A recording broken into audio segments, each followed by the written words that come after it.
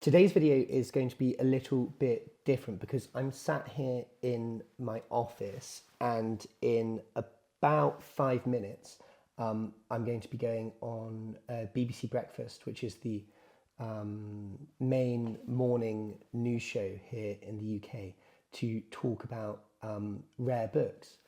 They've asked me on, I got a call yesterday to see if I could go up to their studios in Manchester to film, which I couldn't, unfortunately, due to childcare commitments and other things.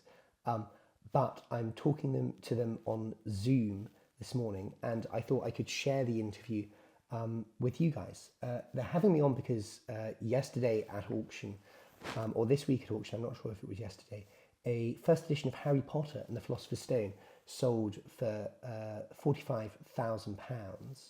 And whenever a Harry Potter first edition sells for a large sum of money, it does get the wider public interested in our little world that we share and that bibliophiles the world over share, which is book collecting and first editions. So I'm not sure if we're going to be talking just about Harry Potter or whether we'll get to dive into, dare I say, more interesting things as well.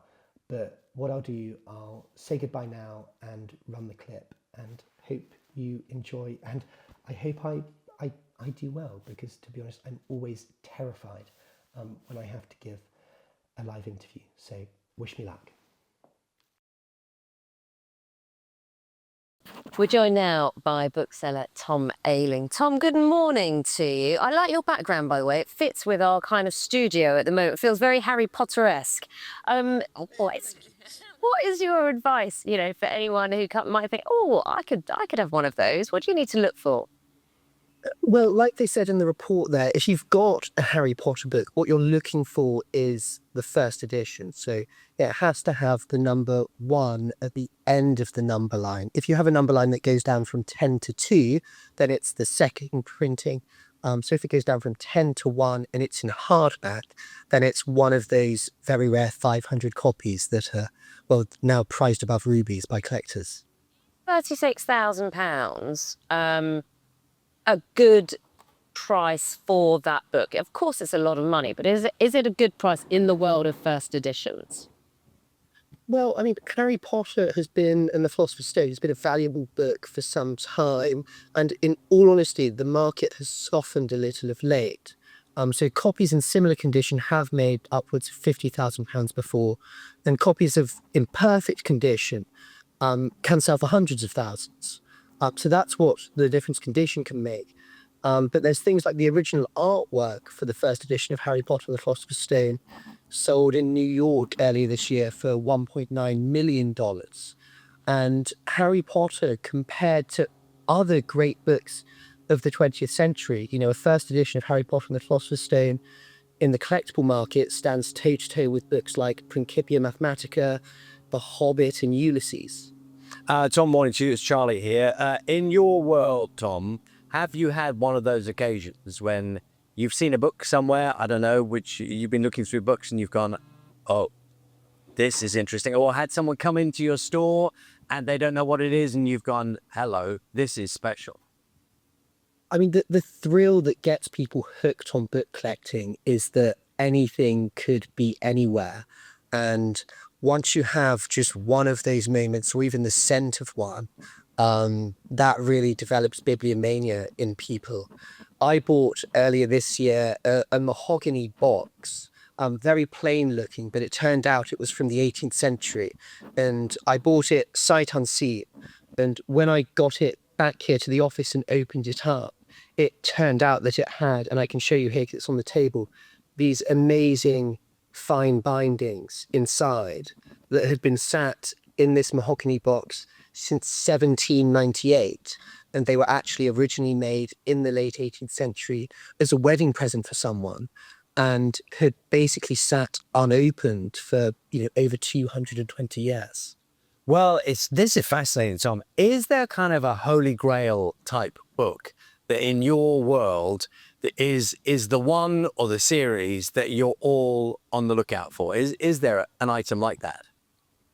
But I mean, there's not just one. We're looking for lots of different things all the time. And obviously, if you could name a famous book that comes to mind, whether it's Harry Potter or The Hobbit or The Lord of the Rings or Shakespeare, his first folio, they're all sought after books. But if there's one thing that gets my heart beating a little faster, it's where you have a completely unique copy of a book.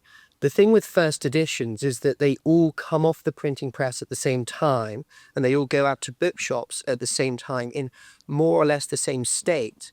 But in the intervening centuries, there's so many different things that can happen to them that can make a single copy of that book more special. It might have been signed or written in by the author. It might have extensive annotations throughout it. It might have been bound in a particularly beautiful way. And that's really what, keeps you going, gets you excited about books and book collecting. It's not that, all copies of the first edition of a single book are the same, or indeed of any edition. It's that they all go out from that origin point and live these different lives and arrive to us here in the 21st century in all sorts of different states. Tom, I'll kind of go back to the first question where someone, might be thinking, have I got a special book here? When someone buys a book like that, you can't really display it too much because you worry about it being damaged. And what do you do with it? Well, I mean, book collecting is, I think, a very private passion, certainly when compared to other collectibles like, say, art and sculpture, which you can very easily display in your home. But I have to say, Nugget, there is a small thrill, and it is one of the greatest thrills in the world, to take down from your shelf a first edition of your favourite book and read it. And they can be read. You hold them carefully in both hands.